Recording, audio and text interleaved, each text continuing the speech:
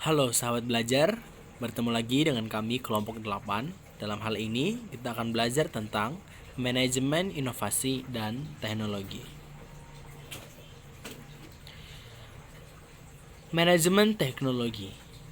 Perlu kita ketahui bahwa teknologi dan informasi merupakan hal penting untuk melihat aspek organisasi secara luas.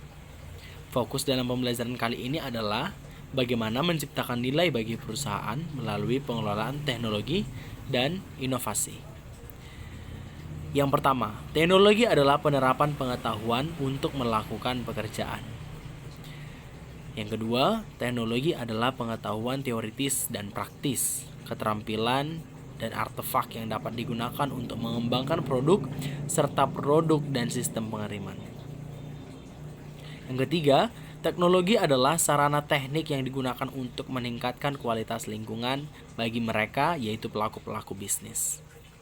Yang keempat, teknologi adalah penerapan sebuah ilmu, terutama untuk tujuan industri atau perdagangan. Seluruh metode dan bahan yang digunakan untuk mencapai yang tersebut. Itulah manajemen teknologi. Lantas, bagaimana sebenarnya step atau langkah-langkah di dalam pengelolaan teknologi tersebut? Perlu kita ketahui, laju pertumbuhan teknologi menuntut pendekatan lintas disiplin jika pengembangan ekonomi terjadi secara efektif dan efisien untuk mengambil keuntungan dari peluang adanya teknologi. Kemudian, laju perkembangan teknologi dan meningkatnya kepintaran konsumen telah memperpendek siklus hidup produk. Hasil faktor-faktor ini merupakan kebutuhan organisasi untuk lebih proaktif dalam mengelola teknologi.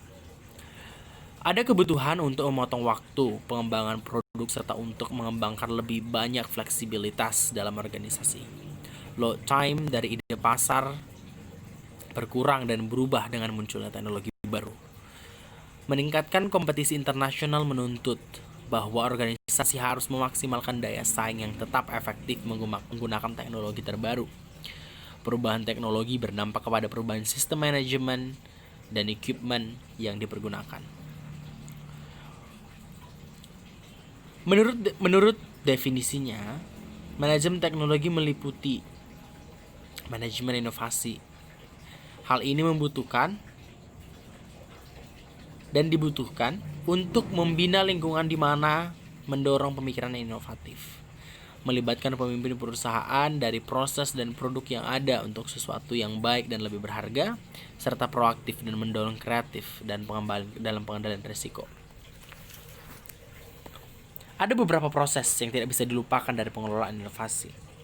Yang pertama, memisahkan dana untuk inovasi, dalam artian mengkhususkan dana khusus yang dibentuk untuk sebuah inovasi.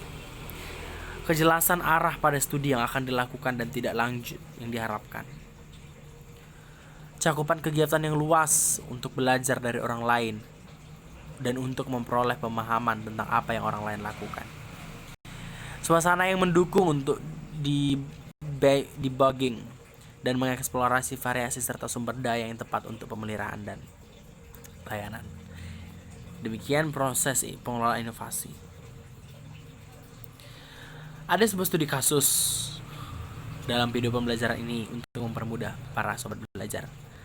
Seperti kita ketahui, pada tahun 1997, Samsung atau nama sebenarnya Samsung lebih dikenal dengan reputasinya sebagai perusahaan pembuat peralatan elektronik dengan produk-produk yang low end. Perusahaan tersebut hanya dikenal sebagai sebagai imitator, bukan inovator, karena memang tidak melakukan inovasi produk pada saat itu. Produk kompetitif berdasar pada low cost yang didefinisikan dengan tenaga kerja yang masih murah. Samsung belum mempunyai brand value dan belum memiliki pasar internasional. Strategi yang dilakukan pada saat itu adalah cost atau price leadership. Ketika terjadi krisis ekonomi di Asia, Samsung mengalami kerugian yang besar. Namun dia dapat merespon dengan sangat baik. Ia mengembangkan turnaround strategy. Meskipun masih membawa kebudayaan tua Korea yang tidak fleksibel, Samsung memperbaiki kualitas dan melakukan inovasi produk. Samsung berfokus pada pasar tertentu. Ia memilih fokus pada pasar dengan permintaan terbesar. Amerika contohnya, yang pengembangannya tinggi. Juga pada pasar yang pertumbuhannya cepat. Cina contohnya. Yun Jong-yung, CEO Samsung, menggunakan cara internasional untuk memperbaiki keadaan ekonomi Samsung pada saat itu. Ia memotong 30% biaya dalam 5 bulan. Untuk itu ia menghentikan 30.000 dari 70.000 karyawan. Dan juga membuang unit-unit yang tidak bermanfaat. Prestasi terbesar Yun adalah perubahan ke arah corporate culture. Inilah kegiatan-kegiatan inovasi yang sudah dilakukan oleh Samsung sebagai studi kasus. Demikianlah pentingnya inovasi dan teknologi.